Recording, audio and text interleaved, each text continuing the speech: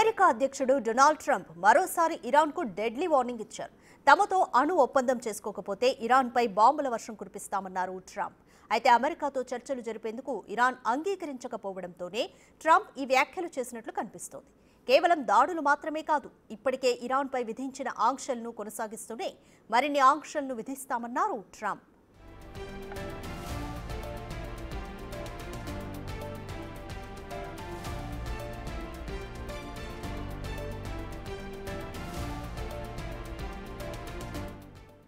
Iran మాత్రం సై అంటే సై అనే ధోరణిలోనే ముందుకు వెళ్తోంది. అణు ఒప్పందం విషయంలో అమెరికాతో ఎలాంటి చర్చలు ఉండవని తేల్చి చెప్పింది ఇరాన్. అయితే పరోక్ష చర్చలకు సిద్ధంగా ఉన్నట్లు చెప్పకనే చెప్పింది ఇరాన్.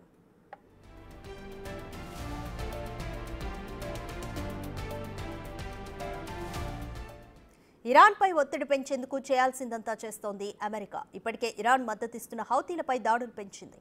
మిడిల్ ఈస్టులో సమీపంలో మోహరింపులను పెంచింది. 2 ఎయిర్ క్రాఫ్ట్ క్యారియర్ వాహక నౌకలను మోహరించింది. ఇరాన్ను దారికి తెచ్చుకునేందుకు చేయాల్సిందంతా చేస్తోంది అమెరికా. కానీ ఇరాన్ మాత్రం వీటిని పట్టించుకోవడం లేదు. అమెరికా దాడులు చేస్తే తిప్పి కొడతామని చెబుతోంది.